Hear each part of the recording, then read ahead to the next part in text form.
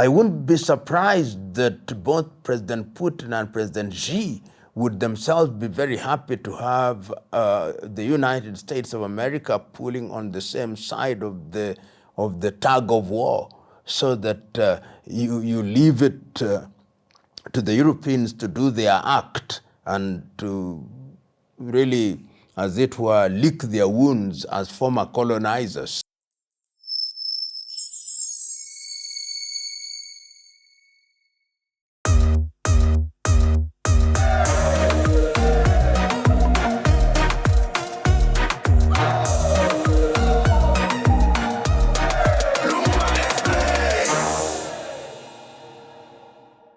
On the 3rd day of September, the year 2025, something that is unique will happen.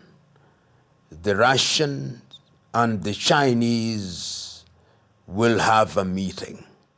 And that meeting will be iconic in the sense that in the minds of many commentators, it is designed not only to demonstrate the camaraderie between the Russians and the Chinese, but also to send an unequivocal message, particularly to the West, as led now quite actively by President Macron of France and Prime Minister Steinmeier of the United Kingdom, that there is a counterweight to the European attempt at retaining their hegemony in international relations.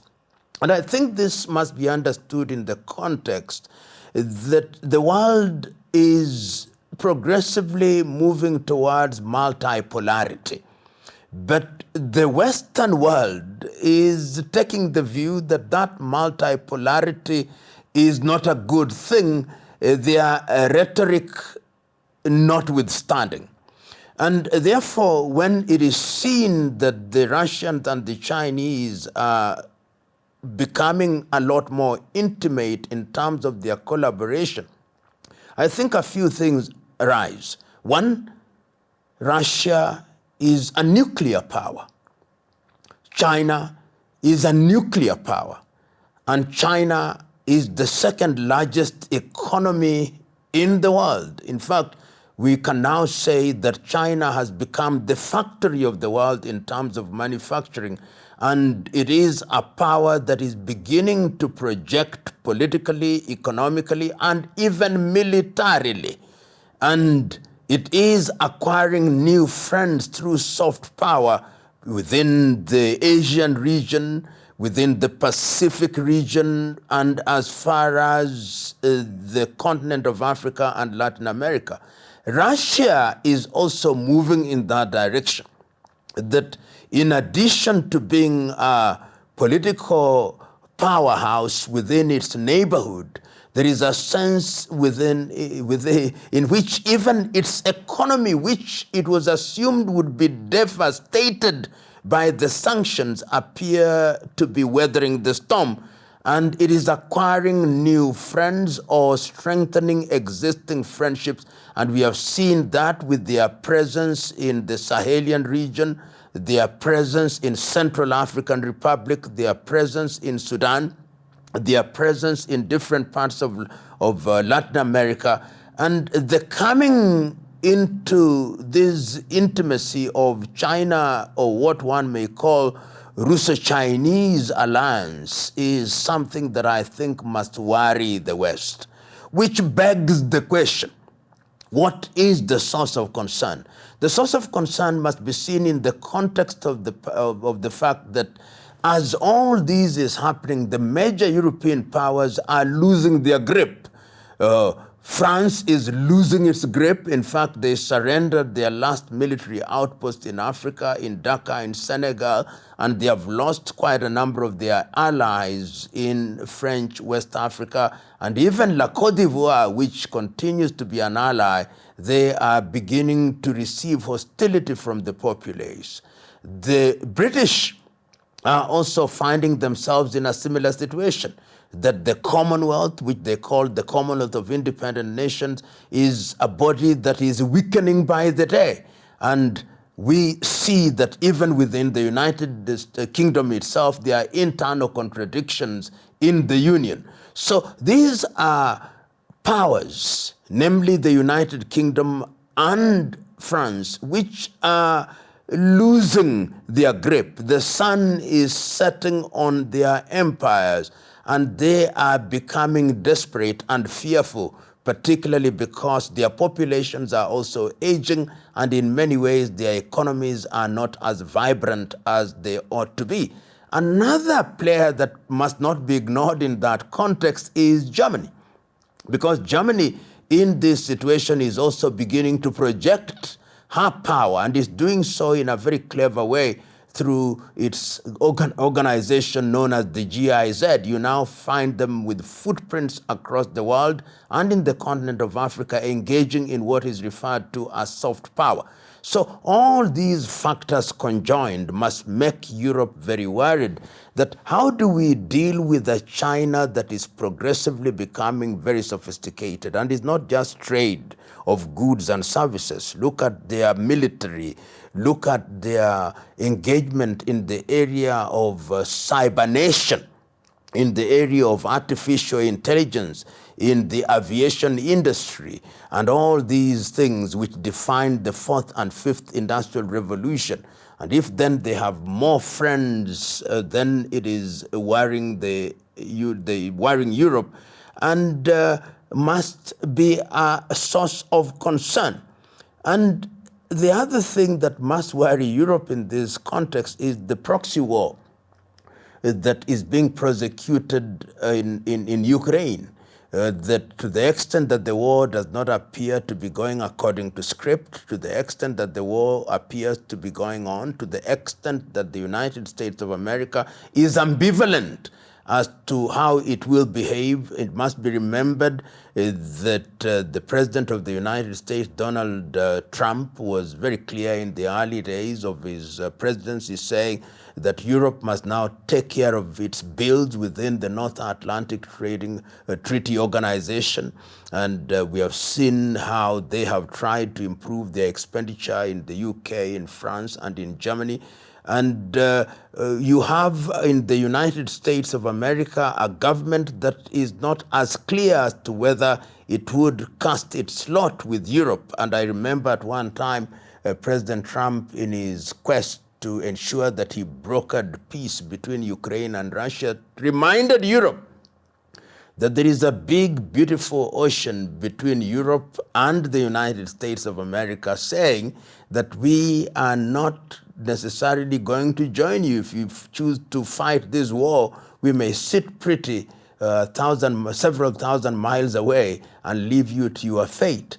All these factors must then worry the West. And China doesn't talk much. It doesn't make noise. Russia also does not make noise in the manner that Western Europe does. So the diplomacy is sometimes subtle, many times subterranean, and I think it is going to ruffle feathers, if it has not ruffled feathers, when the meeting takes place on the 3rd day of September 2025. I want to imagine that Western intelligence must now have deployed all their arsenal, human and otherwise, with a view to either torpedoing this or trying to understand what is going to be the end game after that rendezvous. I hold the view that the Russo-Chinese alliance is sending shivers, and I want to imagine that the diplomatic fronts are being worked, metaphorically speaking, on a daily basis. But as we have learned during the short term of the second coming of the presidency of President Trump, the only predictable thing about Trump is unpredictability. He does not say what he is going to do, whether it will be another tariff regime, whether it will be a new sanction regime, whether it will be supplying long-range missiles to Ukraine, whether it will be supplying more Patriot missiles to Ukraine, whether it is going to be more sanctions on the officials from Russia. Nobody knows, and anybody who pretends to know is swimming into the shark-infested waters of speculation. But that does not stop us from building scenarios. And scenario number one to me is that possibly as we speak now, the administration of President Trump is doing everything within its power to engage President Putin and to engage President Zelensky, that there is a wisdom in having something as an armistice or a modus vivendi in the style of South and North Korea. So that once you have an operational modus vivendi and armistice, then it will freeze things and then negotiations can begin to happen. With the understanding as a quid pro quo on the part of Ukraine that we will freeze your application to join the European Union or NATO. That is scenario number one. Scenario number two is that Ukraine becomes very intransigent because of the encouragement of France and Germany and the United Kingdom, and says that as a condition precedent to any kind of ceasefire, the territories currently occupied, including Crimea, must be returned. And if that is the position that is taken, I want to believe that Russia will not play ball, particularly on the basis of the arguments that are in the public domain, which would then mean that some European countries would want to be engaged a lot more in the conflict, because in the minds of some European powers, this is the time to defeat Russia. And the question is, can you defeat Russia? It is not something that is not going to be easy. But Russia may also want to say that we now have allies. And China, in my view, would not be averse to saying, we are going to be that ally. We are big, we are nuclear, and if you want us to bloody our noses, we are going to cast our lot with the Russians. That is another scenario, in which event the Europeans would want to say that this is now a NATO affair, which brings another spin.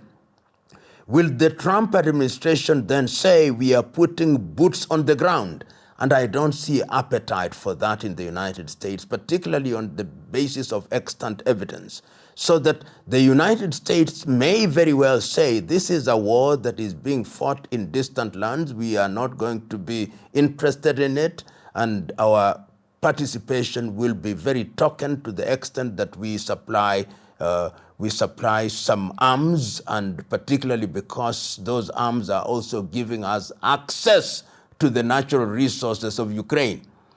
And the other scenario, which I think is unlikely but not impossible, is that America becomes more involved on the side of Europe, and who knows, never say never, casts its lot with Russia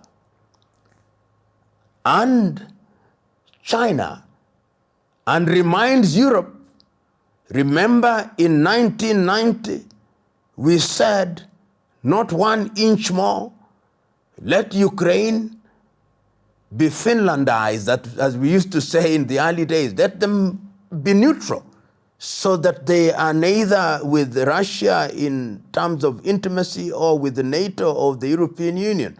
And I have no doubt in my mind that minds better than I in the diplomatic arena are working along all these, because in all these countries one sees that the appetite for conflict is reducing by the day.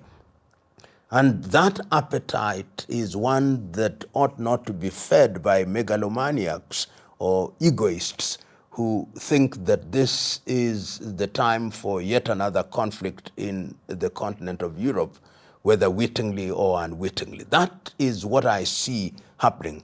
And I'm waiting, like all the rest, with bated breath. What will be the communique that will be issued by Russia and China on the 3rd day of September? If China was to directly and openly support Russia, then it would send jitters in Europe. I think there is a sense in which the apparent neutrality of China is something that sends the message that Russia is vulnerable. But if China were to enter into the war, first of all, from a purely trade perspective, international trade would be disrupted in a very major way. Because as I've already indicated, and as we all know, China is the factory of the world. Most of the European companies today are importing their goods from China. So China joining Russia and therefore saying goods are not flowing as they ought to be will have many implications at the domestic level and at the trade level, and economies will tank up. So I think it is a scenario that one does not want to imagine. Of course, as it is now, they always speculate that they think China is supporting Russia, but they have not come out explicitly to say we are now with Russia. And they have, of course, as you've seen on a number of occasions, tried to say diplomacy is the only avenue that is desirable. So it would be a game changer. And when I listen to the rhetoric of the United States as evident through President Trump, actually is indicative of what he wants to do. I don't want to engage in battle with Russia. One can always read that, but I may be misreading, but I suspect I'm reading right. That I'm giving the opportunity for this thing to be resolved. Remember, even when he says, I thought that this war would end very quickly, and then I didn't end very quickly, but he says that I still have a good conversation with President Putin, which means he believed that Putin is a person that he can do business with. And Trump is a master at transactional politics. What is in it for the United States of America, which is underlined by that slogan, making America great again. And if in his interpretation, making America great again is to abandon Europe to its own design, I am not sure that he will not do it. The Europeans had better be very clever in this regard. And when I talk about the Europeans in real terms, you are talking about the UK, you are talking about France, and you are talking about Germany. The rest will play the gooseberry, or will be very ambivalent, or blow hot and cold. Is there indeed a line between political games and power? Is it not just one word for the same thing? But in order to, I see what you are trying to say, that what we are saying is that when you play politics, sometimes China presents itself as non-threatening, almost weak at times. But I think that is a strategy. China has discovered that in order to get into spaces, you don't need to show arrogance.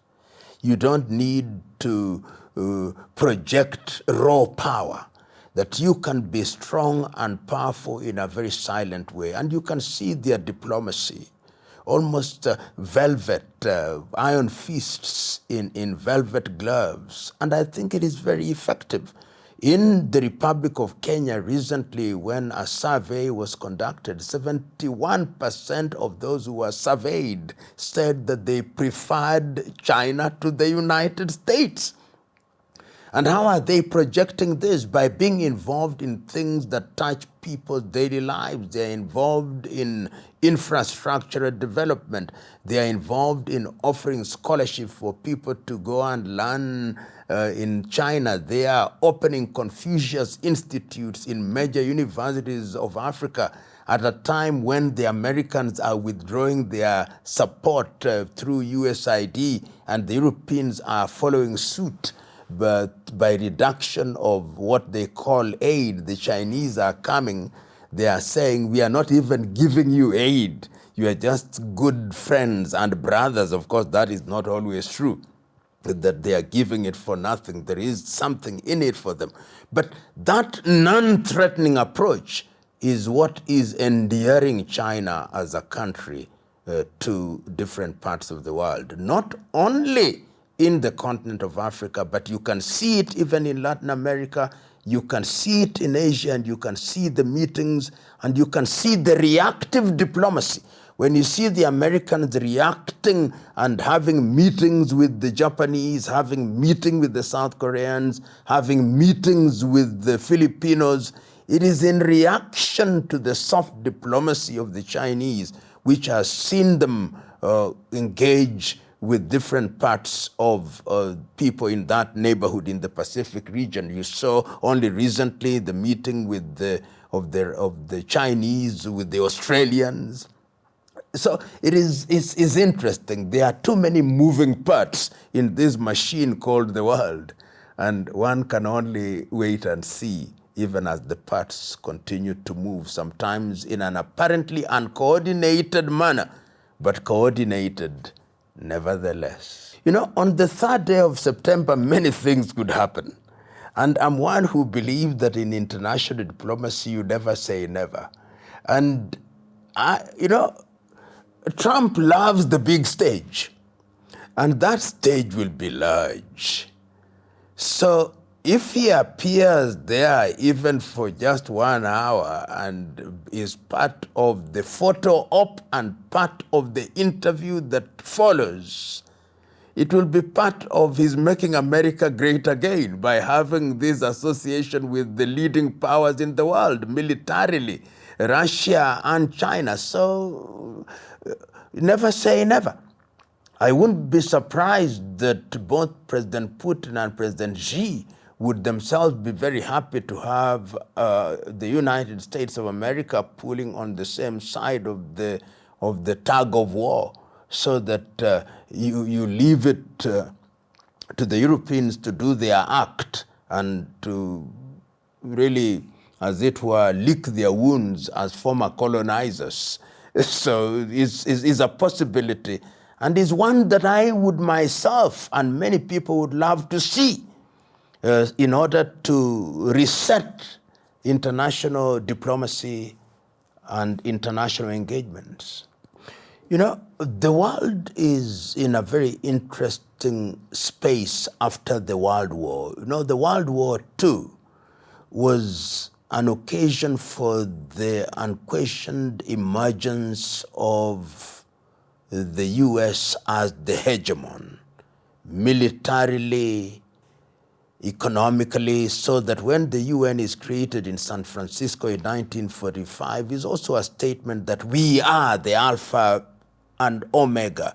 When the Bretton Woods institutions, the World Bank and the IMF, and later the WTO came into the play, and Europe is helping in the reconstruction rather America is helping in the reconstruction of Europe. America is really the nation.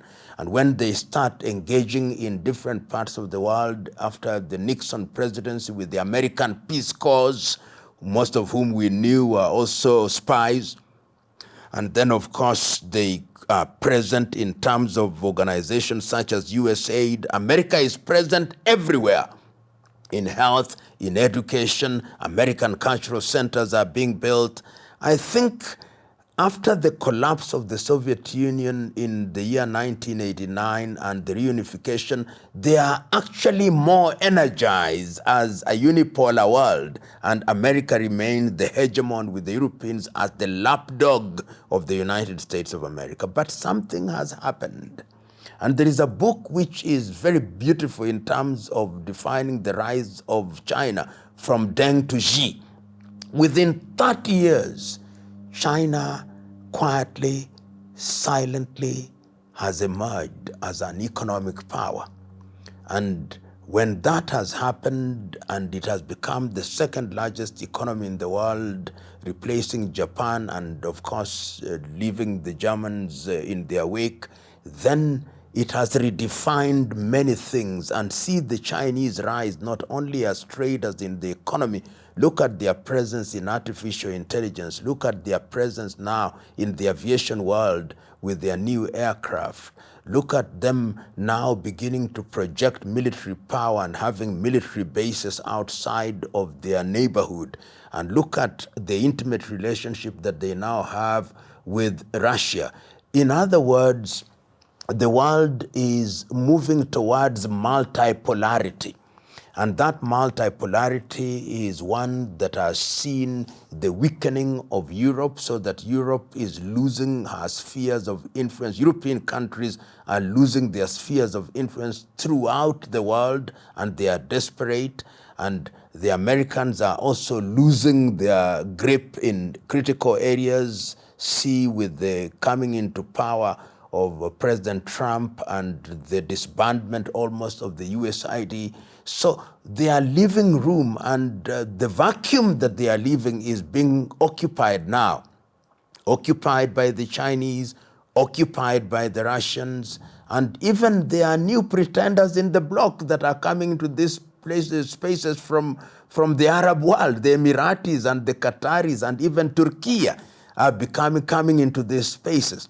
So what I see is multipolarity, the emergence of BRICS, with Brazil being a dominant economy in South America. All these are redefining the world, and with the Trump's anti-immigration law, you can also see that even old friends are ruffled. Mexico and Canada are ruffled, and countries that would ordinarily just agree with the United States of America unquestioningly, such as Australia, you can see their prime minister very happy to meet the prime minister of China. So this multipolarity is, in my view, what is going to define the future of the world. It may be messy, but ultimately we'll pick the pieces when we are done with each other. But I think we are in a very messy period where many people are thumping their chests, and many countries are thumping their chests and are no longer fearful.